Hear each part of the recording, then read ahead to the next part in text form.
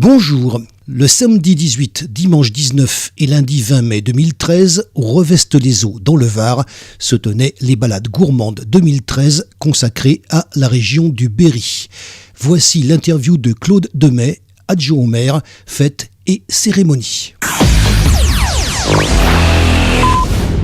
Alors nous sommes le dimanche 20 mai 2013, nous sommes pour la première fois au Revest dans le Var. J'ai quelqu'un à côté de moi, le nom de la manifestation c'est vous qui allez me le donner, bien que je l'ai noté. Vous vous présentez bien évidemment, bonjour et merci de nous recevoir d'abord. Écoutez, bonjour, voilà, je suis l'adjoint au maire, je m'appelle Claude Demey. C'est depuis 25 ans les balades gourmandes des régions de France et on organise depuis 25 ans les balades gourmandes. Donc cette année l'invité d'honneur c'est le Berry, grande manifestation puisqu'on a à peu près une quarantaine de producteurs du Berry qui présentent leurs produits du centre de la France. Alors moi c'est la première fois que je viens, donc par contre c'est pas la première fois que je viens au Revest, ça change un petit peu, donc là il y a du monde et puis il y a les petits drapeaux, il y a les exposants, il y a l'ambiance aussi qu'il faut le dire. Comment vous percevez ça?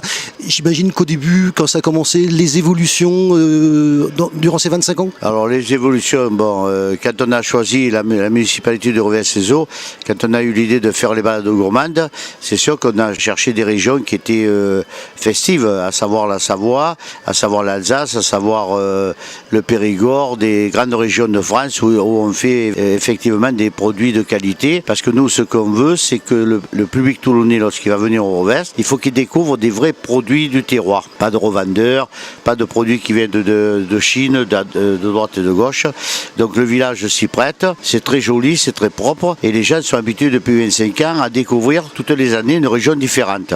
Et cette année, c'est le Berry. Voilà. Et qu'est-ce qu'il a de particulier? Particulier dans le Berry, vous avez par exemple 1500 lacs où il y a les carpes, les esturgeons, les grenouilles, 4 fromages AOC. Dans le Berry, c'est un pays de chèvres, donc il y a 4 fromages AOC. Ensuite, il y a les vins, le Sancerre, le Rumilly. Il y a des très grands vins de France, des grands vins, voilà. Après, on a charcuterie, la poule nord du Berry qui est une AOC, c'est-à-dire un poulet comme le poulet de Bresse, le safran du Berry, du foie gras bien entendu, une pâtisserie exceptionnelle puisque c'est Chicherie qui est meilleur ouvrier de France qui nous a fait le plaisir de venir, 2 charcutiers qui font partie des maîtres charcutiers de l'Indre, donc on a vraiment un panoplie de produits exceptionnels sans compter les artisans, par exemple les pantoufles du Berry, fabrication française, les peluches Blanchet, la seule fabrication française de peluches et la Cité de l'Or actuellement où ils font des produits exceptionnels parce qu'ils travaillent l'or,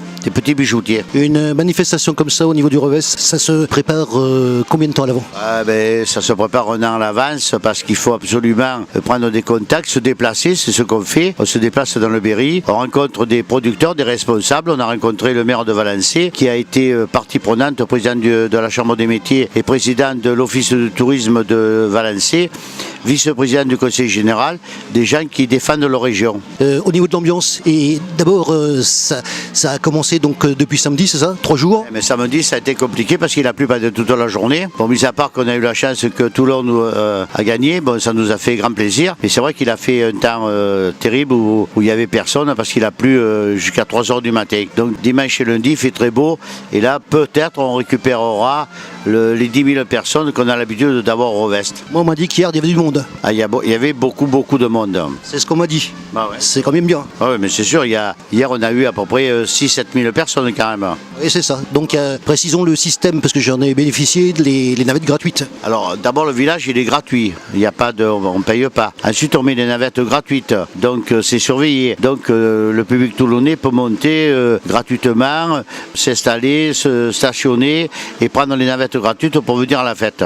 Tout est fait justement pour qu'on puisse venir vous voir. Ah oui, heureusement. Si on organise une manifestation, c'est pour accueillir du public et c'est pas pour accueillir du public en le faisant payer comme dans certaines foires où, bien entendu, ils ont peut-être davantage de frais pour pouvoir, on va dire, nous c'est pas le but. Le village du Revest c'est un village assez éloigné de Toulon, à quelques kilomètres de Toulon. Ce qui nous fait plaisir, c'est d'accueillir les Toulonnais gratuitement. Alors justement, qui vient vous voir à part les Toulonnais? Il y a quand même d'autres d'autres personnes, d'autres régions. Par les Toulonnais, mais les Toulonnais, il y a 400 000 personnes quand même. Il n'y a pas que Toulon. Il y a Toulon, la Seine, le Pradé, Carqueiranne, Bandol, Sanary. On met quand même 150 panneaux. 150 panneaux.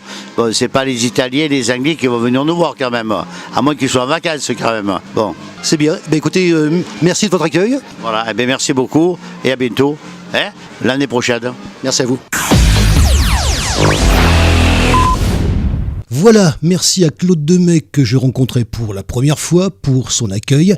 Manifestation très réussie, très bonne ambiance, beaucoup de monde présent en ce lundi, jour de notre reportage. Retrouvez nos sujets sur la chaîne YouTube KXTC Podcast. Vous pouvez retrouver également nos informations sur la page Facebook KXTC Podcast ainsi que sur Twitter. Je vous souhaite une excellente matinée et je vous retrouve très vite sur un prochain reportage pour KXTC Podcast.